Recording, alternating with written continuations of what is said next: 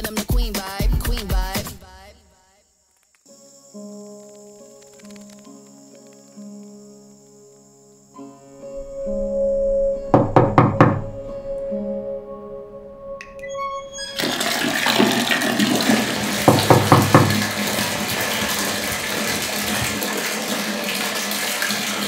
মোনা, খুকি তুমি কি এখনো রেগে আছো? আমাকে একবার উত্তর তো দাও।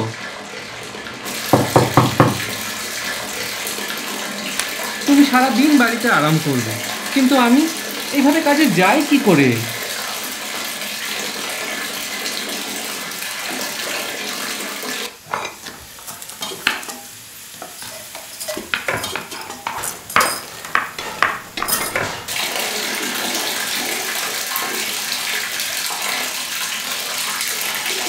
মোনা, আমার লক্ষ্মী মেয়ে,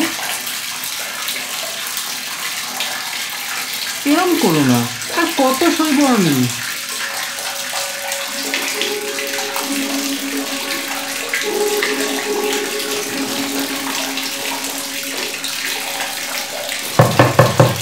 মোনা, আমি কি করেছি সেটা তো বলো।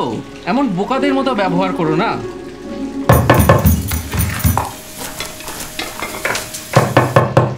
মোনা, আরে কিছু তো বলো।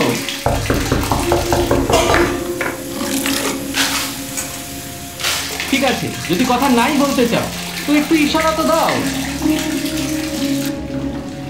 মোনা,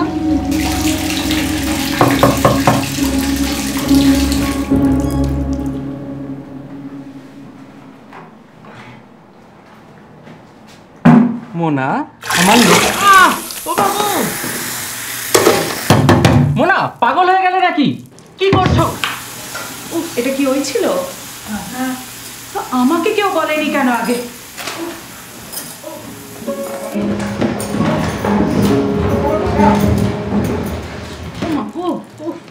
এমন করতে নেই।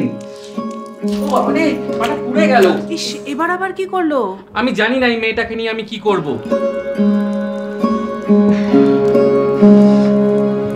ওকে তো আমি বন্দিও করতে পারি না, কারণ ও নিজেই নিজেকে বন্দি করে রেখেছে।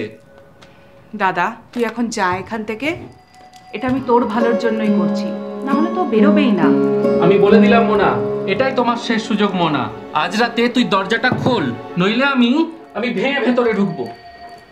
না না, এভাবে থাকতে পারা যায় না। তুমি দেখো তুমি কি করবে, আমি আর পারছি না থাকতে।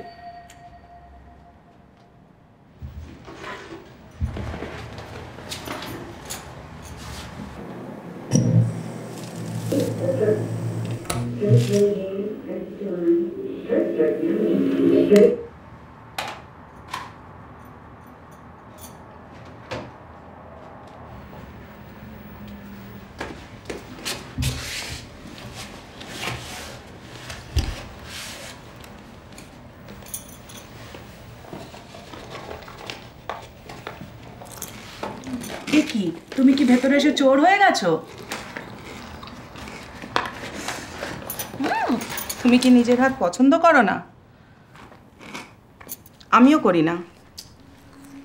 যদি আঙুলগুলো একটু লম্বা হতো, তালুটা আর একটু নরম, তোমার মতো ছিল আগে। কিন্তু শক্ত হতেই হয়, দেখবে তুমিও। আর ওদের হাতে কি হবে? সবাই একই হাত পেয়েছে। এবার তো গুলো বের করো নাকি? তুমি জানো, ওরা বড় বড় পাহাড় চড়ে শুধু দুটো হাত দিয়ে। ধ্যাত, বোকা মানুষ, তাই কি দরকার চড়ার? সব তো টিভিতেই দেখা যায়। কালকে কি তুমি আসবে? না, কাল থেকে তুমি আসবে আমাদের কাছে, তাহলেই মুড়ি খেতে পাবে। আচ্ছা, দরজাটা কি সত্যি ভেঙে দেবে? দরজাটা তো ভাঙতে পারবে না মৌনা, যদি তুমি ওকে ভেতরে আসতে দাও। তুমি তো শেয়ানা মেয়ে, ও তো একটা ছোট বাচ্চা।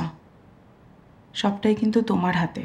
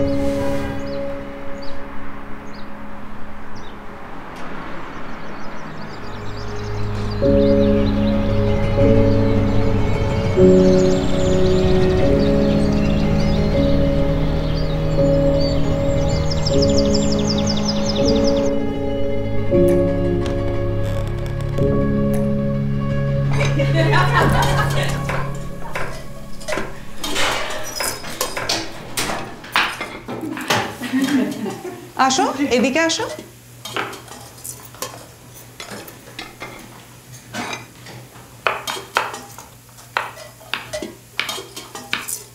বিনা এটা কালকে টয়লেটে পেয়েছে। এটা কি তোমার?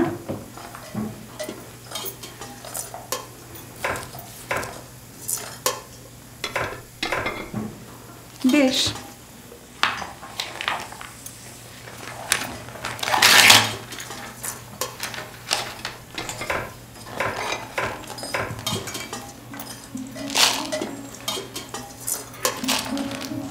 ধরো,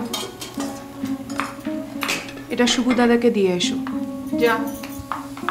আর শোনো, প্লেটটা যখন খালি হবে তখনই ফিরবে, লক্ষ্মী বউয়ের মতো।